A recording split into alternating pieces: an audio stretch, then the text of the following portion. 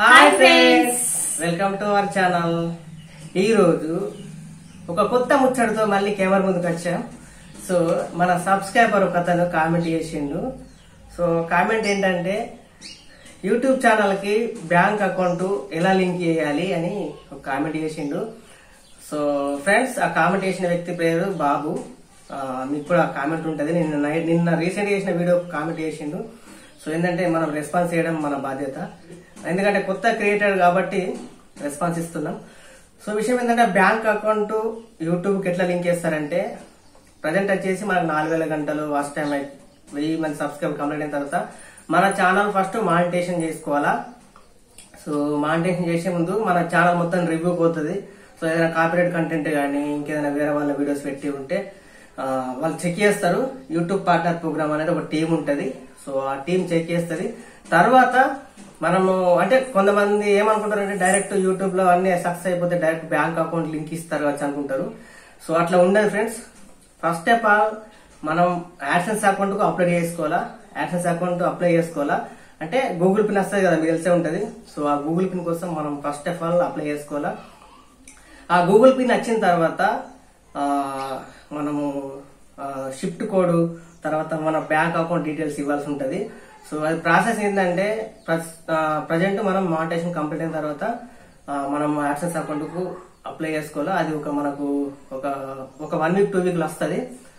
So అప్పుడు మనం bank account ఎట్లా లింక్ చేసుకోవాలి అనేది నేను ప్రాసెస్ ఇప్పుడు చెప్తున్నా. సో వన్స్ మానిటేషన్ అయిపోయిన తర్వాత యాడ్సెన్స్ అకౌంట్ వచ్చిన తర్వాత మనం క్రోమ్ లోకి వెళ్ళిన తర్వాత గూగుల్ యాడ్సెన్స్ అని కొట్టాలా. గూగుల్ యాడ్సెన్స్ అని కొట్టిన తర్వాత మనకు యాడ్సెన్స్ ఓపెన్ అవుతుంది. యాడ్సెన్స్ ఓపెన్ అయిన తర్వాత అలా మనకు ఫస్ట్ చూపిస్తుంది ఫ్రెండ్స్, మనం అకౌంట్ ఎట్లా లింక్ చేసుకోవాలనేది చూపిస్తుంది.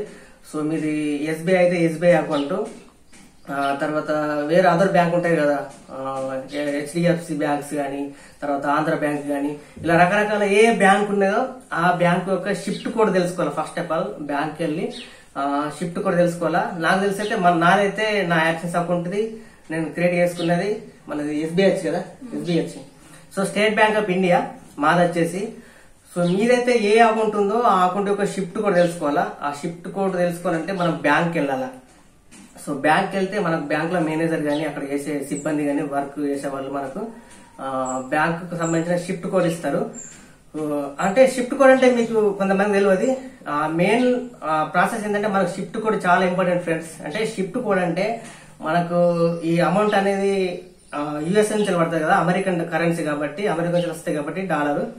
సో షిఫ్ట్ కోడ్ అంటే ఇంటర్నేషనల్ మనీని మనకు ట్రాన్స్ఫర్ చేయడానికి షిఫ్ట్ కోడ్ అన్నట్టు. ఆ బ్యాంక్ యొక్క బ్రాంచ్ షిఫ్ట్ కోడ్ అన్నట్టు.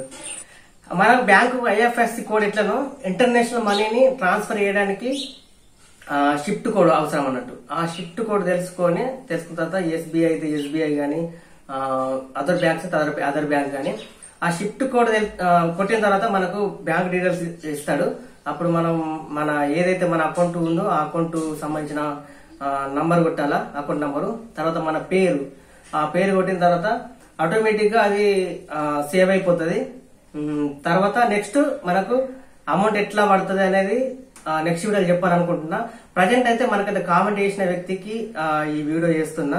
అంటే అందరికి యూజ్ఫుల్ అవుతుంది ఫ్రెండ్స్. అంటే ఆయన కామెంట్ పెట్టిన దానికి ఒక్కరికి కాదు, ప్రతి ఒక్కరికి యూజ్ అవుతుంది అని చెప్పి చేస్తున్నాం. AdSense account first of all AdSense account రావాలా. తర్వాత బ్యాంక్ ప్రాసెస్.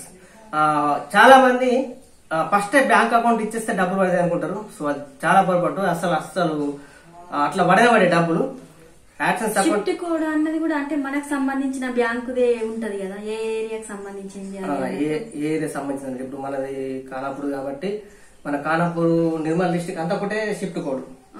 సో మీకు మీ ఏరియాలో ఏ ఏరియాలో ఉందో ఆ ఏరియాకి సంబంధించిన షిఫ్ట్ కోడ్ ఉంటుంది. అందరికి ఒక రకమైన షిఫ్ట్ కోడ్ అనేది ఉండదు, అదే కదా.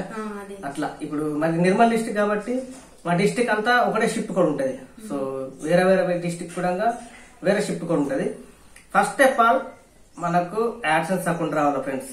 యాడ్సెన్స్ అకౌంట్ కే మన బ్యాంక్ అకౌంట్ లింక్ చేసుకోవాలా. చాలా మంది యూట్యూబ్ కే లింక్ చేసుకుని అనుకుంటారు. యూట్యూబ్ అనేది జస్ట్ మనం వీడియో చేయడం మంత్కి, దానికి మనం యాడ్సెన్స్ అకౌంట్ క్రియేట్ చేసుకోవాలా. యాడ్సెన్స్ మన అమెరికా నుంచి రావాలి కరెన్సీ అంటే దానికి యాడ్సెన్స్ అకౌంట్. ఆ యాడ్సెన్స్ అకౌంట్ మన అకౌంట్ లో వాడాలంటే బ్యాంక్ అకౌంట్. యాడ్సెన్స్ అకౌంట్ కు బ్యాంక్ అకౌంట్ లింక్ చేసుకుంటది. సో ఇదన్నట్టు ప్రాసెస్. చాలా మంది కన్ఫ్యూజ్ అవుతారు, అందుకోసమనే వాళ్ళు కన్ఫ్యూజ్ అవుతారు అని చెప్పేసి మేము వెంటనే రిప్లై ఇద్దామని చెప్పేసి వీడియో చేసినాం. సో ఇదన్నమాట ముచ్చట. చాలా మంది కన్ఫ్యూజ్ కాకూడదు. ఇంకేదైనా డౌట్స్ ఉంటే మాత్రం చెప్పండి, మేము కామెంట్లో మేము మళ్ళీ రిప్లై ఇస్తాం. సో ఇది ఆయన చాలా బాధపడి మెసేజ్ పెట్టినట్టున్నాడు తెలియక, అందుకోసం అతని కోసం రిప్లై ఇస్తున్నాం.